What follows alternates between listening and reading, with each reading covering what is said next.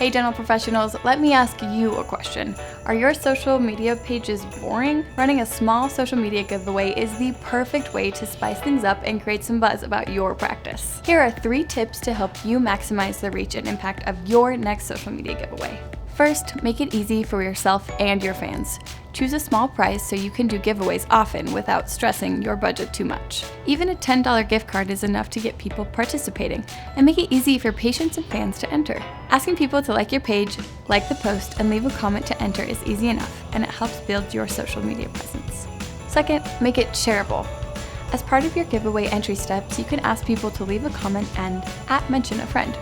For example, tag an awesome mom you know who would like to enter.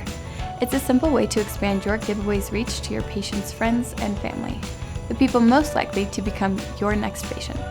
And third, make it known.